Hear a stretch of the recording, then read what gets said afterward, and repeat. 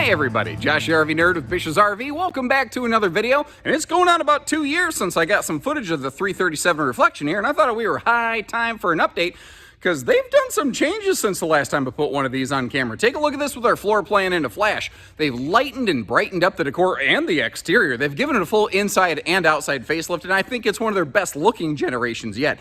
They peeled a lot of the carpet out of the RV, like that living room super slide, and you can see we still have all the windows on the campsite. But that's the thing. This is a very industry standard floor plan. Every fifth wheel maker and their brother makes this.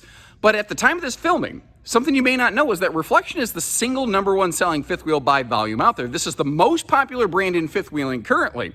That means more people are choosing this one over all those other variants. So why is that? That's the question I want to answer in this video. And I also want to try to give you the information to answer the question, is this the right one for you? So in addition to that, updated facelifted decor that they have there, you have your choice between a queen and a king bed in this. So you can get a little more walk around space or a little bit bigger sleeping space. They have the front closet in this set up for a side-by-side washer and dryer. So you can still get both. You don't have to just go combo if you don't want to. Fantastic weather package on this, factory standard holding tank heaters, and they are doing a little bit more with their towing safety features than just about anybody else right now. So they have Goodyear Endurance radials, awesome. They have MORryde suspension package, terrific. They have factory standard banded TPMS, meaning they don't have the valve stem caps for TPMS. It's actually built right into the tire. That's cool. But where they kick it up a notch like Emerald Lagasse, this thing has anti-lock brakes, like a big semi-tractor trailer. Most towable RVs don't have that. In fact, the only towable RVs from factories that currently have that are Reflection, Solitude, and Momentum from Grand Design. So if you're in a panic brake scenario, instead of the trailer trying to spin around you and throw you off the road, this will follow wherever you need to go. I've personally done a test drive demo on one of this. It works fantastically. But it's not necessarily the perfect RV for everybody. In fact, I've got a few points of concern for you as we go here today. And if you appreciate the good with the bad, make sure you hit that subscribe button and let's see what all it has to offer on both sides of that equation. And I think right away, the very first thing you might notice compared to my last set of footage when we step inside here is just the very lightened and brightened decor. They're obviously still in the brown tone family. There's no question about that. But the fact is, it is not nearly quite as some people felt kind of dark and dismal in here. That is a large, I think, 16 cubic foot, something in that neighborhood, 12-volt compressor fridge. And with a Reflection, you always, by default, have a 12-volt compressor fridge, and you always, by default, have a 50-amp controller for your solar and some kind of solar panel. On the smaller refrigerators, it will be a 180-watt panel, which is an improvement from the last time I recorded some stuff.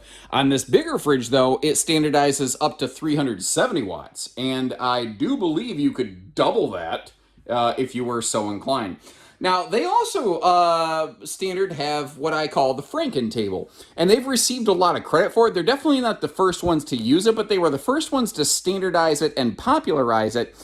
But what I'm kind of demonstrating here is the fact that you don't have to use it like a half table and chairs, half booth dinette wombo combo. You can, if you want, just use this like a couple's dining area. But you'll see later in the video, if you want to pull the little bench over to kind of expand your dining space, you can. Now, you may have noticed how the colors have been changing on camera a little bit. That's one of the things I caution folks. If you're not sure you like the way one of these looks on camera, you need to see it in person because cameras are always trying to like auto light filter a little bit. And when you move around the RV, it picks up different levels of intensity. So I've noticed that brown tones, which is primarily what this RV uses, this camera just ain't always super friendly with them, but it is what it is.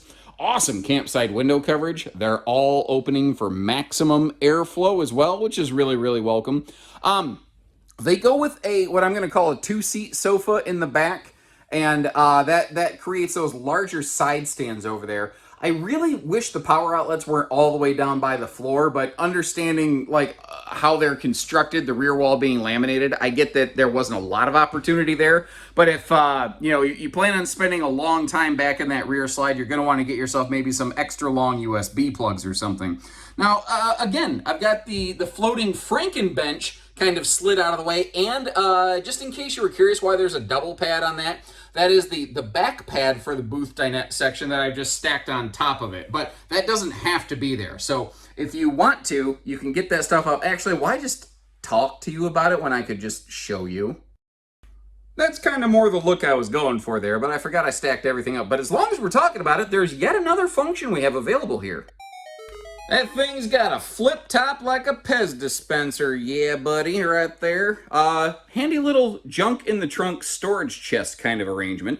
And you see over here, we've got the electric space heating Tootsie Toaster directly across from the entertainment center here on Boardwalk and Park Place. I'm being stupid and picky about this, but it feels like the TV could have been just slightly bigger, but I ain't mad at it. I think it's fine how it is. There's a little bit of extra space in there, but it also kind of frames it out nicely. And in case you're wondering, the little lit up icon at the bottom there, that is a TCL Roku Smart TV. I definitely do prefer the Roku system over like the Amazon Fire system and all the other systems out there. It definitely feels like the most reliable and user-friendly kind of functioning system out there, but neither here, that's not what, I'm not an electronics reviewer, I suppose, I don't know. Look at the detail on this, though. Look at the kitchen countertop and all the corners, anywhere that you might jab your leg into it or something like that, or your hip, or let's say your grandkids over here and their face is right. You know that age where toddlers are walking around and they're bobbling heads. They're like, like almost hitting that thing constantly, and you're having a panic attack. At least I did. My dad genes kicked in real hard when that happened. It's nice that that's radiused off, is what I'm getting at. And if you notice, they actually kind of oversized the countertop. I'm not going to tell you it's like a full-on breakfast bar. But if you wanted to bring like an extra little stool or something, I think that could probably actually work. You may notice how they got rid of the carpet again in the slide, and they went with the same kind of flooring material in your slide as the main floor. And doesn't that look so good and seamless? It makes the whole RV look and feel bigger. They don't do floor heated vents. They duct everything through the cabinetry, which is like you see one of the vents there at the base of the island. They do still have a toe stubber kitchen slide though. I got a feeling more and more brands are going to start getting rid of the toe stubber kitchen slide because RV engineering has discovered that you can put that sucker on like a rack and pinion or a cable slide and then make it go a little more flush floored. It works just fine. But I suppose owner and buyer patterns will really be the thing that determines whether or not that happens there. Because basically, manufacturers don't specifically necessarily care what they do. They care what you want to buy. So let me ask you. Like, I could ask the question, do you like or dislike the toe stubber? Nobody's going to like the toe stubber. Here's the real question. Is it a deal breaker? And it's okay to say yes. It's okay to say no. You know, there's no right or wrong answers to those kind of things. I'm just sort of curious here. Now, we're 50 amp service. We've got dual centralized air. Really keep this thing nice and comfortable. And they have a hot, cold, like 0 to 100 degree proven weather package. So you should be good in that regard. You will see here in the big room, we have the big XL vent fan. That thing also has a rain sensor, so if you do happen to go away for a while and you leave it running to get some fresh air and then it rains while you're, I don't know, biking or kayaking or something like that, you're not going to come back to a flooded kitchen and a soaked RV. That would, holy crap, that would suck. They do use the more conventional, smaller fans in the bathroom, though. Not my favorite, but 'tis what it is. Now, if you notice, they give us some massive atrium-sized windows here, but what's great, you've also got those blackout roller shades really blocking everything off, and there is the Franken table in its function space.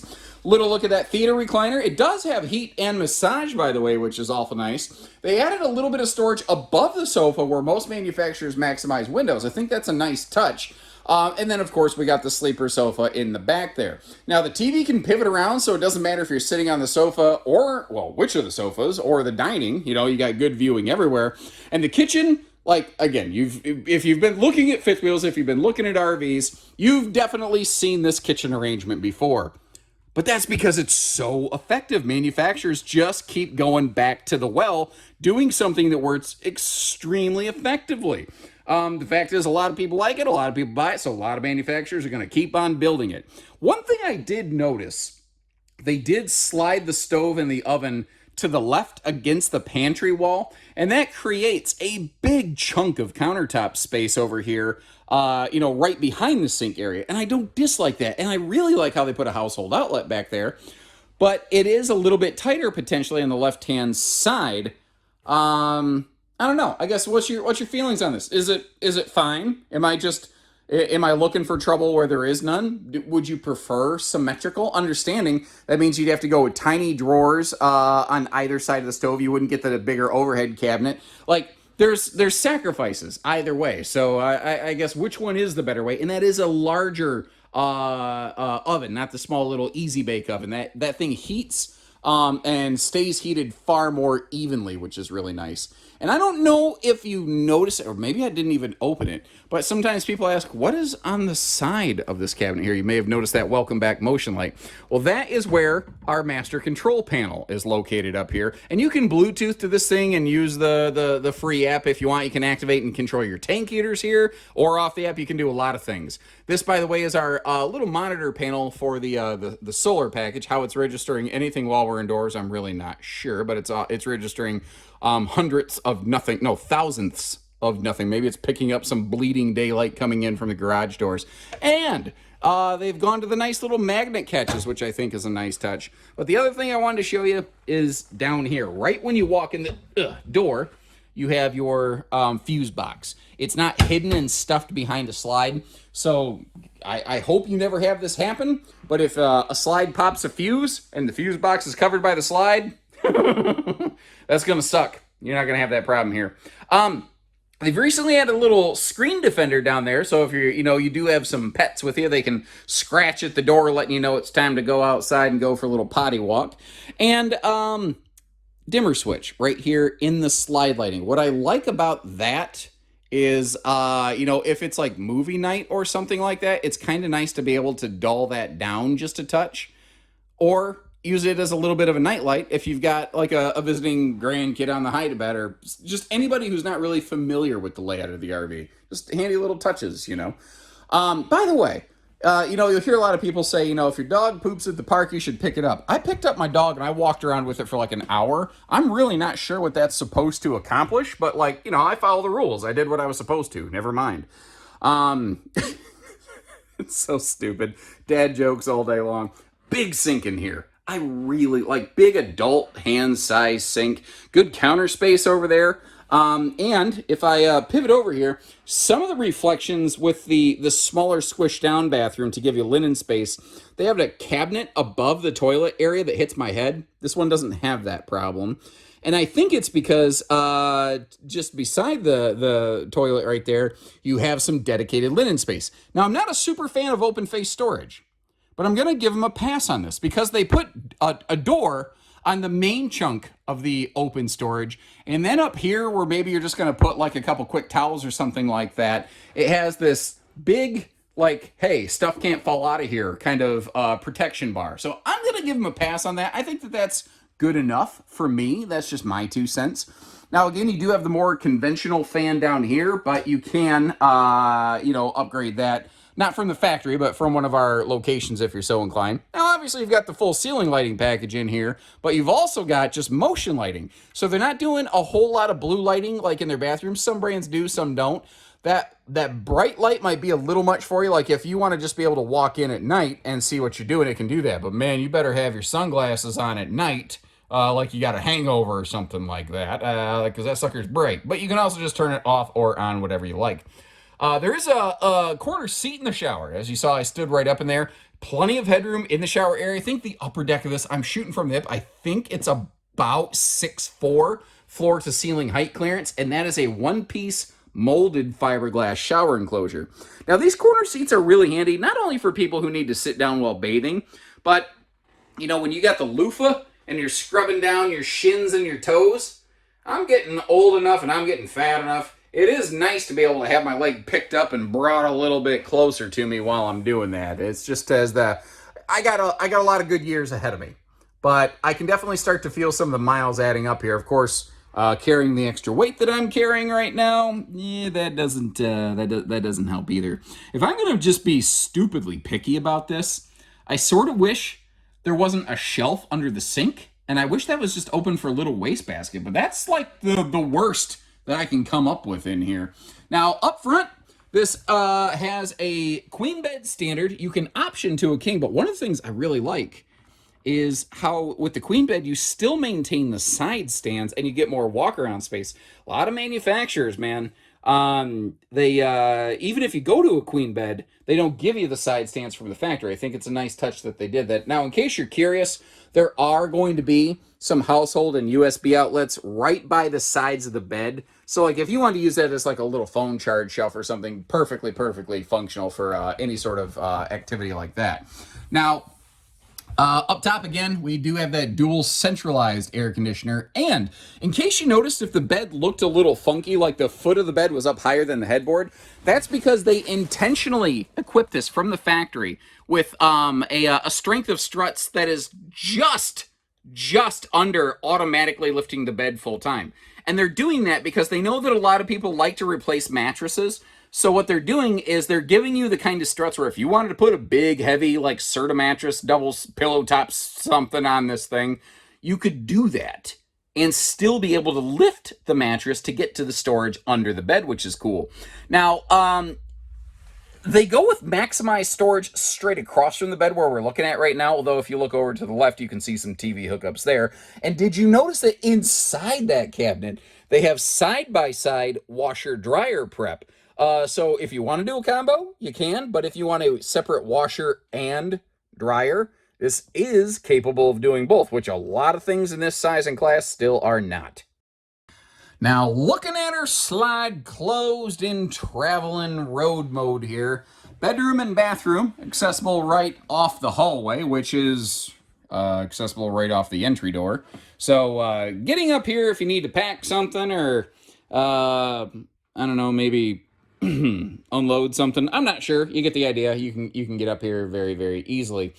What is also awesome, they made sure you can get to the refrigerator. Not the freezer, but you can get to the fridge in transit because they go with that vertical double door system right here. You can get to some of it, but not all of it. And by the way, in case you're curious, sometimes people are like, what is this Velcro? What is this? It's just a little strap to make sure the door doesn't go flying open in transit as you're roller quaking down the road, because this thing is literally a rolling earthquake with hurricane force winds outside. But your main critical travel stop functions, I think they got those nailed here as good as you're going to get in something this size anyway. Now, for getting this one down the road, I am really going to recommend, I think, a solid 3/4 ton and up. A single rear wheel 1 ton you wouldn't regret. You don't need to necessarily go dually on something like this, although if you already got one, you're going to be fine. I've seen some places try to pair people up with things like this on a 1/2 ton, and if you do that, get ready to spend another 80-90 grand very quickly to get yourself the truck you should have had for it in the first place. I'm just not one of the type of people that wants to do that to you, I suppose. Let's start right at the front here. Start at the beginning because Maria from The Sound of Music told us that's a very good place to start. In the front cavity, the front compartment here, you see a little bit of wiring, but one of the other things that you see here is the 50 amp MPPT charge controller that's standard on one of these. On a reflection, you will always get a 50 amp MPPT charge controller. And if you're not familiar with what MPPT means, basically it's maximum power point technology, but it's a better smart charge system as compared to a conventional power wave management, aka PWM charge controller. What that means is that 370 watt solar package on the roof is going to be maximally effective versus only theoretically effective, essentially. Now, there's something magical about a fifth wheel this size and this length. You know, a lot of times you have to turn extra super duper wide when you're going around big corners and stuff, and it's still not a bad idea. But when you're in a fifth wheel that's about 35 feet, it will tend, the tire wipes on the RV will tend to follow right along with the tire wipes of your vehicle or very darn close. So it's just something that just feels more comfortable, more organic to drive. If you're going to be a very frequent tower and goer, I think this is an absolutely ideal, awesome floor plan for that kind of use. Now, there's motion lighting on both sides of the pass-through, and holy cow, the RV gods really did me a solid there with that 1-2 slow activation combo. That looked cool.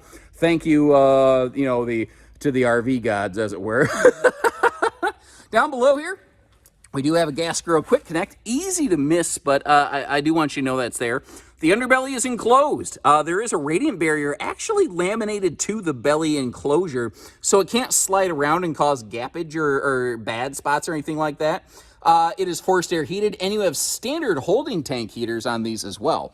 Now these MORryde steps right here, they're using a little bit different variety where if you want to, be able to kind of clean them off, you can sort of flip the dirt off these things before you flip the step shut, which is kind of cool. And they've gone to that new safety rail system right there. One of the things that I like about that is not only does it give you more to hold on to, but it can't fold shut over the door, or it can't accidentally get folded behind that slide out. Good friend of mine actually has done some business with me on their fifth wheel in the past. Just had a moment of oops, and I mean they've had 4 RVs, but anybody is capable of making mistakes, and they smashed the crap out of their traditional folding entry handle because they put it behind the slide flange, weren't paying attention in a hurry, closed the slide out, crushed it up. Well, you don't have that problem here. I do love all the windows over here on the campsite of the RV. The tires I mentioned, they are Goodyears. You have a MORryde suspension package on them, and you have a banded factory TPMS. What that means is that the tire pressure monitoring is built into everything. It's not a valve stem cap that can get hit, knocked off, fly off, broken, whatever. Now, in case you're curious, your spare tire is belly mounted on this, and the sewer hose caddy tubes all the way back here, so that can stay totally separate from all your storage stuff. We've got a factory towing package on this as well, 3,000 pound rated with a 300 pound vertical tongue limit, and a 4-way wiring harness with safety chain hooks should you choose to add a little enclosed trailer behind this or something like that. And as you can see, you've got a ladder up here. Now, an interesting note on that, I was pretty pleasantly surprised as I was climbing up and down it. I was just like, holy cow, like this ladder is really, really sturdy, really steady. A lot of ladders at my size and stature, they hold me, but I can feel a little bit of give to them, and this wasn't like that. So I started looking around and I found the weight rating sticker. RV manufacturers, to put a ladder on the back of an RV, it's required to hold 250 pounds, which is what most of them are, even in big luxury fifth wheels. This was rated for 300. They're actually overbuilding in a sense and adding extra structure to that, but I don't know that it's overbuilding, because something a lot of people do that I do not recommend is they strap crap to that ladder. I don't recommend doing that. That's not what they're not made to hold cargo going down the road, and people do it all the time.